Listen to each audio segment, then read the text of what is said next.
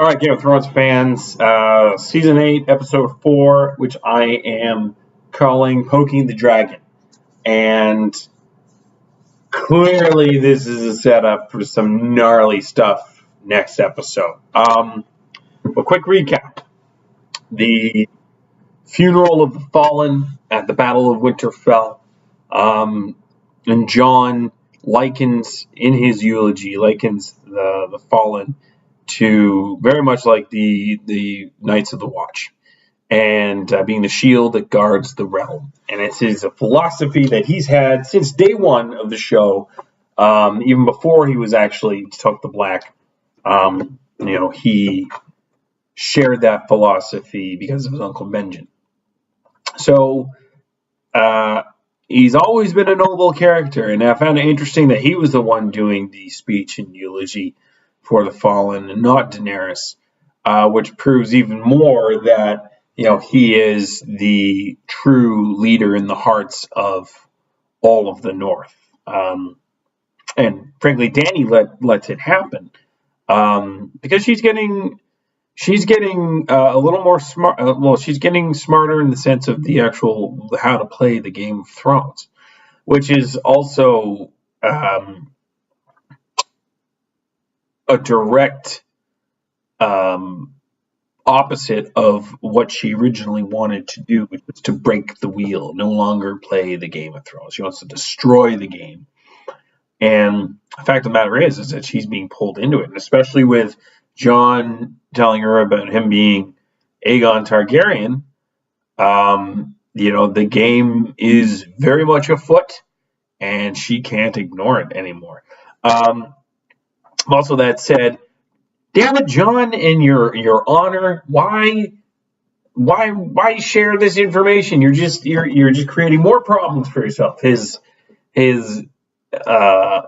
honorability, much like Ned, is gonna get him killed.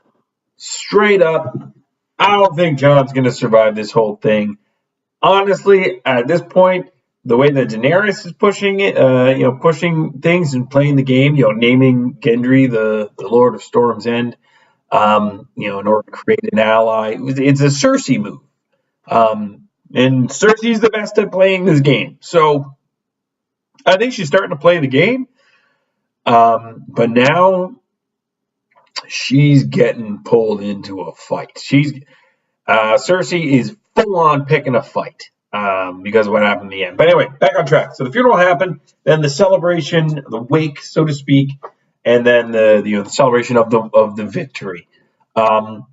It's clear to Dany that Jon has the hearts of all that were fighting. And although I did find it interesting that Arya, as much as she was the hero, absolutely, and everyone knows it, is not involved at all. I mean, I'm not surprised, I guess, because she is not an average person nowadays, and that much she said to Gendry. She's never going to be a lady of Storm's End. Although it was cute how excited Gendry was to come to her to tell her that he's the new lord, and now he's legitimate and he can actually marry her. But not to be. Although, on another little love story, come on, Brienne and Jaime finally hook it up. And I thought it was a little skeezy the way that Jaime did it. Come on, it's hot in here. I mean, such like a 16-year-old move that I probably would have tried myself when I was 16. But it was kind of cute. But at the same time, that's kind of the end of another story arc. Brienne and Jaime, that sort of unspoken love was a thing that was going on for a while. I think everyone wanted it to happen. Everyone knew that Brienne loved Jaime, and everyone knew that Jaime had a ton of respect for Brienne. We didn't know if it was, bound chicka wow wow kind of love, but at the end of it, it was really heartbreaking to see Brienne just break down sobbing when Jaime had to leave, and we all knew Jaime had to go back. I mean, I was surprised when he said he was going to be staying in the first place, but that was really for the sake of Brienne. But now, like, it's, Daenerys getting ambushed at Dragonstone, which I'll get into in a minute. It was clear he had to go back no matter what. So, Brienne and Jaime, it happened finally, and now it's ended. So, what's going to happen with that? We're going to find out. To Dragonstone, where for the life of me, I do not understand how Euron keeps getting the drop on people, especially when you're flying around at 200 feet in the air and being able to see a 360-degree view of everything around you, that you can let like 12 large black ships just sneak up on you. That part I don't get. So I'm thinking maybe it was some poor writing there, or they got to fill something in for next episode on how he did it. Because honestly, I feel like Daenerys should have seen that coming a mile away. Same with Tyrion, for that matter. But the use of the scorpions on the front of the ship, I mean, okay, first, shout out to Rhaegal. We'll miss you, bro. That was brutal. And I think that was a little bit of foreshadowing of what may happen with Jon. Rhaegal gets taken down by an ambush, protecting Daenerys. Is that the same way Jon's going to bite it? I don't know, but it's just a thought. It's a thought. But yeah, another child of Mother of Dragons dead, and even more revenge to be had. Okay, so, but the use of the scorpions on the ships, just it's a shift in warfare, a shift in military might. I mean, they essentially just got together and it became a Gatling gun against other ships. So, I mean, the use of that to destroy the main ship, it was impressive, and it changes the game on the sea. So, I think that's an interesting point. And you saw all of the scorpions lining King's Landing when Daenerys comes for a little bit of a talk with Cersei from the walls. So that to me was really, really intense. And the fact that they captured Missandei, and you knew she was going to be leveraged because she was like Daenerys' best friend, essentially. This basically, it's the perfect stroke for Cersei. This goads Daenerys into burning down King's Landing or the Red Keep, or at the very least draws her in so that she can be taken down. Masterful stroke. Not only, and it's also the fact of the matter is that Missandei, maybe unbeknownst to Cersei, is also Grey Worm's better half.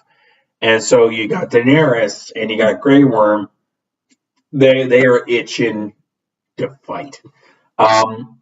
And I gotta say, from the discussion that Tyrion was having from the gate up to Cersei, it just highlights just how stupid he can be when it comes down to things that he quote unquote loves. He's got an open heart. He's got a very big heart, and it's one of his best qualities. But it's also the quality that's going to lose him everything.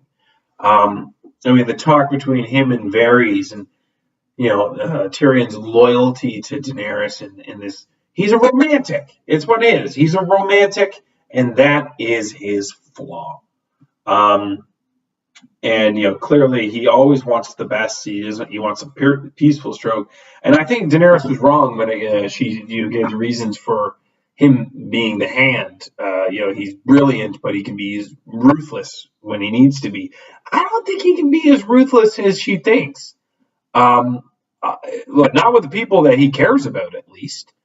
I think he's brilliant. He's intelligent, and he's got to stick to what he's good at. But he's got a weakness of the heart, and the Game of Thrones, that's not a good quality. Anyway,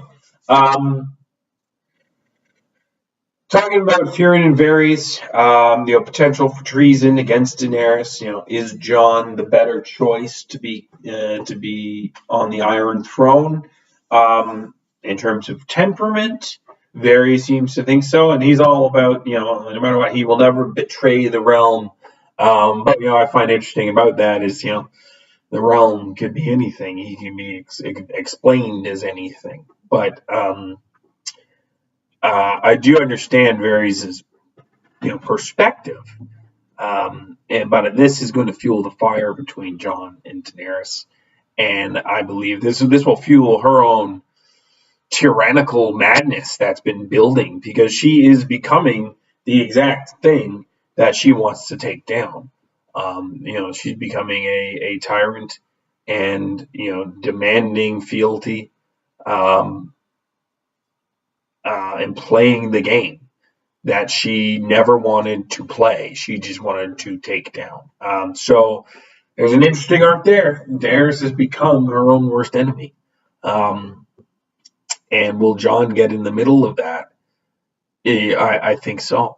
Now we know that Jon doesn't want the crown. He doesn't give a crap about the crown. But, by his own honorable stupidity, he tells Sansa and Arya, and of course Sansa was going to tell people, okay, she can't keep her mouth shut, unless it's to do directly with her. But she's been built by Littlefinger in such a way that power is now just it is the nectar of the gods for her, and seeking it is also her end game. So.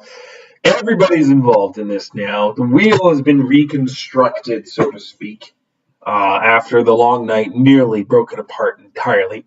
But what's going to happen in the end? Well, we got 2 more episodes to go.